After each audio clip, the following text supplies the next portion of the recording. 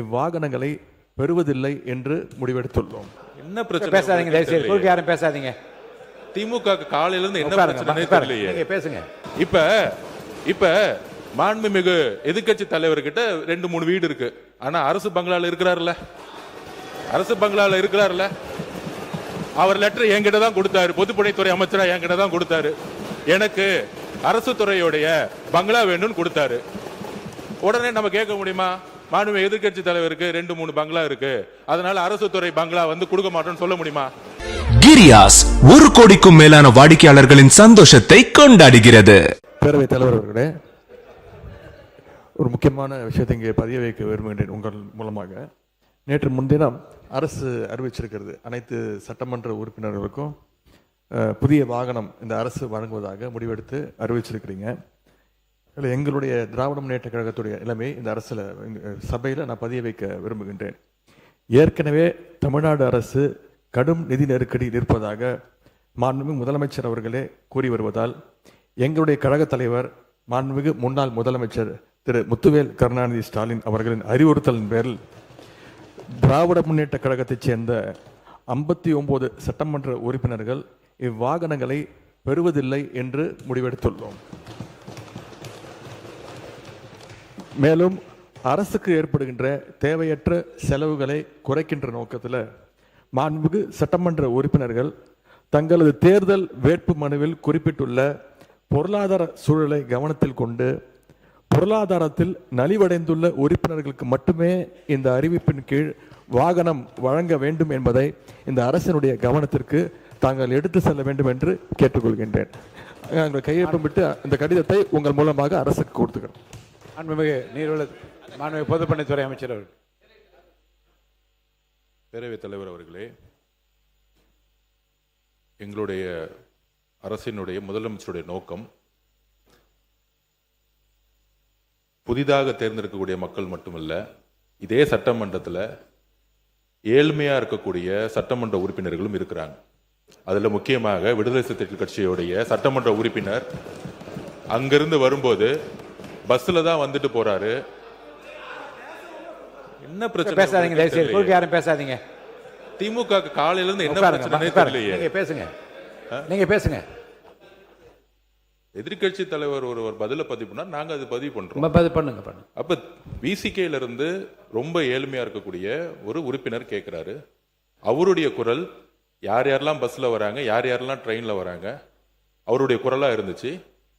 அப்ப முதலமைச்சர் அனௌன்ஸ் பண்ணும் பொழுது பொதுவா அவையை பொறுத்த வரைக்கும் எல்லோரும் சமம்னு நினைக்கக்கூடிய ஒரு முதலமைச்சர், அதுதான் ஒரு புரோட்டோகால். அப்ப எங்க பொதுச்செயலாளர்கிட்ட கார் இருக்கு, என்கிட்ட கார் இருக்கு, இங்க இருக்கக்கூடிய எல்லாருக்கும் கார் இருக்கு. நாங்க போய் சட்டமன்ற உறுப்பினர் கார் வேணும்னு கேட்க போறது இல்லை. இது ஒரு அடிப்படையா இருக்கவங்களுக்கு புரிதல் இருக்கும். அரசியலா நினைச்சாதான் இது அரசியல். எங்க ஏழ்மையா இருக்காங்களோ அவங்க விண்ணப்பத்தை கொடுப்பாங்க. இது சட்டமன்ற உறுப்பினர்களுடைய ஒரு உரிமையா மாற்றப்பட்டு தமிழக வெற்றி கழகத்தில் யார் யாருக்கெல்லாம் கார் இருக்காங்களோ நாங்க யாருமே கார் கேட்க போறது இல்லை. இதுதான் எங்களோட நிலைப்பாடும். இதுதான் எங்களோட நிலைப்பாடும்.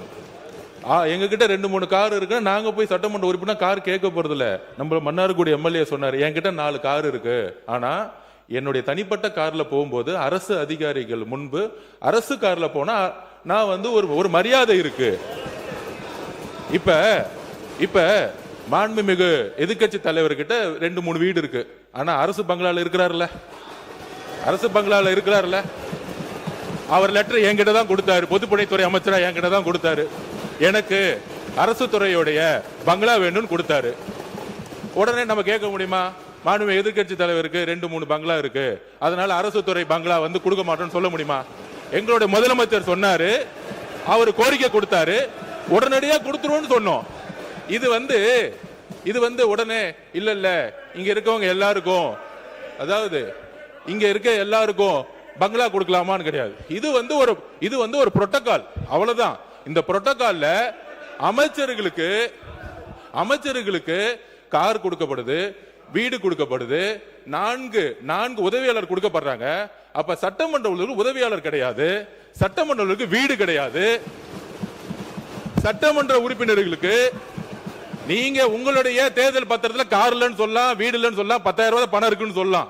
ஆனா எங்க கிட்ட பல்வேறு சட்டமன்ற உறுப்பினர்கிட்ட எங்க கட்சியிலேயே எங்க கட்சியில் சொந்த வீடு இல்லாதவங்க இருக்காங்க, கார் இல்லாம இருக்காங்க. அது மாதிரி மற்ற கட்சிகளையும் தாவேகா மட்டுமில்ல எல்லா கட்சியும் கம்யூனிஸ்ட் தோழர்கள் அங்கிருந்து வராங்க. அந்த மாரிமுத்து அண்ணன் கிட்ட கார் கிடையாது. இதுதான் கம்யூனிஸ்ட் தோழர்களுடைய நிலைப்பாடு.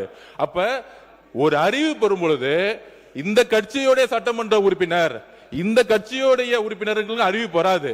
முதலமைச்சர் பொதுவா எல்லோருக்கும் ஒரு அறிவிப்பை கொடுக்கிறாரு. அதுல தமிழக வெற்றி கழகத்தோட நிலைப்பாடு ஏற்கனவே கார் இருக்கவங்க அப்ளை பண்ண மாட்டாங்க. இதுதான் நிலைப்பாடு. இது எல்லா கட்சியோட நிலைப்பாடு அப்படிதான். ஆனா அறிவிப்பு தனி செயலாளர்ங்கிற அறிவிப்பு ஒரு சட்டமன்ற உறுப்பினர் 3 லட்சம் மக்களை போய் பார்க்க வேண்டிய நிர்பந்தம் இருக்கு. அவரோட தொகுதிக்கு போக வேண்டிய நிர்பந்தம் இருக்கு. ஊர்ல இருந்து வர வேண்டிய நிர்பந்தம் இருக்கு. அதனால இது ஒரு உரிமையா பண்ணிருக்கார தவிர இதுல ஆடம்பரம், காருங்கிறது ஆடம்பரம் கிடையாது. மக்களை சந்திக்கக்கூடிய ஒரு தேவை. ஊழல் இல்லாத சட்டமன்ற உறுப்பினர்களுக்கு கார் இன்னைக்கு தேவை. மக்களை பார்க்க போனோம். அதுதான் நாங்க பதிவு பண்றோம். மாண்புமிகு யார் பேச 2 பேர். மாண்புமிகு உறுப்பினர் முன்னாள் அமைச்சர் KN நேரு அவர்கள். பேரவைத் தலைவர் அவர்களே, மாண்புமிகு எதிர்க்கட்சி தலைவர் அமைச்சர் அந்தஸ்தில் இருக்கிறார். அவருக்கு அது அவருடைய உரிமை, அரசாங்கம் தருகிறது. எனவே அந்த வீடு கொஞ்சம்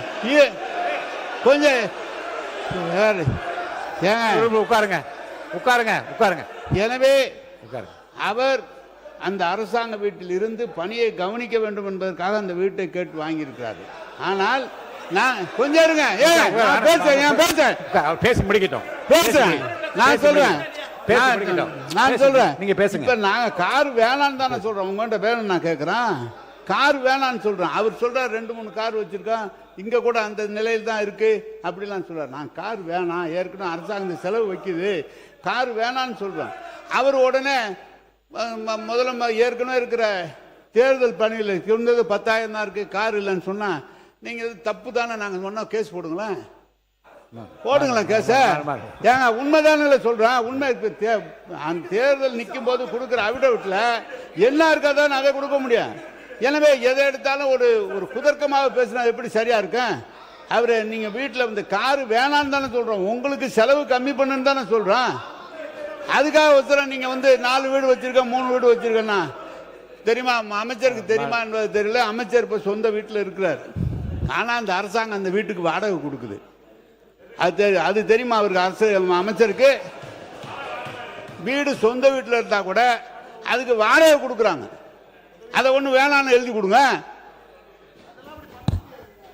பொதுப்பணித்துறை அமைச்சர், மாண்புமிகு பேரவைத் தலைவர்களே, இதுதான் நாங்க சொல்றோம். அவர் பேசி முடிக்கட்டும். இதுதான் நாங்க சொல்றோம். எதிர்க்கட்சி தலைவர் சொல்லும் பொழுது அவர் சொல்லக்கூடிய வார்த்தைகள் அரசியல் ரீதியா மாத்துற மாதிரி வார்த்தைகள் இருக்கு. அதாவது நான் பேசி முடிச்சிடுறேன். அவரு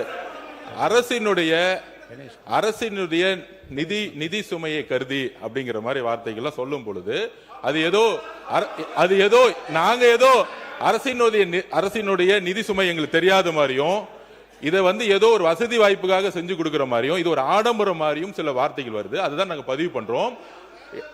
அமைச்சர்களுக்கு எந்த உரிமை இருக்கிறதோ, ஒரு அமைச்சருக்கு வந்து ஒரு காரும் 4 தனிச் செயலர்களும் ஒரு பங்களாவும் ஒரு உரிமை இருக்கிறோம். அதை நாங்க வந்து எதுவுமே தவறுன்னு சொல்லல. அந்த இடத்துல தான் மக்களை சந்திக்க முடியும். தனிப்பட்ட வீடோட ஒரு பங்களா கொடுக்கறதுன்னா மக்கள் ஒரு நாளைக்கு 500 பேர் 1000 பேர் வரும்போது நம்ம மக்களை சந்திக்கிறோம். அதே மாதிரி சட்டமன்ற உறுப்பினர்களுக்கும் கடமையும் பொறுப்பும் இருக்கிறது. அதுக்குதான் நாங்க பதிவு பண்றோம். இது ஆடம்பரம் அல்ல, இது அவங்களுடைய வேதனை. அதுதான் நான் சொல்ல வரோம். அதாவது நம்மளுடைய என்ன சொல்றது, தேர்தல் இதுல வந்து 10,000 ரூபாய் இருக்குன்னு சொல்லிட்டு ரேஞ்ச் ரோவர் கார்ல போகக்கூடிய அமைச்சர்கள் இங்க கிடையாது. எங்களுடைய தேர்தல் அறிக்கையில எங்களுடைய நாமினேஷன்ல என்ன இருக்கோ, நாமினேஷன்ல என்ன இருக்கோ அதுதான் நாங்க வந்து பதிவு பண்றோம். நாங்க ஆக்சுவலா சில வார்த்தைகளை வந்து என்னன்னு தெரியல. இன்னைக்கு எதிர்க்கட்சி தலைவர் காலையில இருந்து வந்து ஆளுங்கட்சியை வந்து உங்களுக்கு கூடிய வார்த்தைகளாவே பேசிட்டு இருக்காரு. மானிய கோரிக்கைப்படி அந்த வார்த்தை அவைக்கு நீக்கப்படுகிறது. உறுப்பினர் டி ராமச்சந்திரன் பேசுங்க. அவங்க கருத்து சொல்லுங்க. இல்ல கம்யூனிஸ்ட் கட்சி சார் அவங்க சொல்லுங்க, உங்க கருத்து சொல்லுங்க. கிரியாஸ் 1 கோடிக்கும் மேலான வாடிக்கையாளர்களின் சந்தோஷத்தை கொண்டாடுகிறது.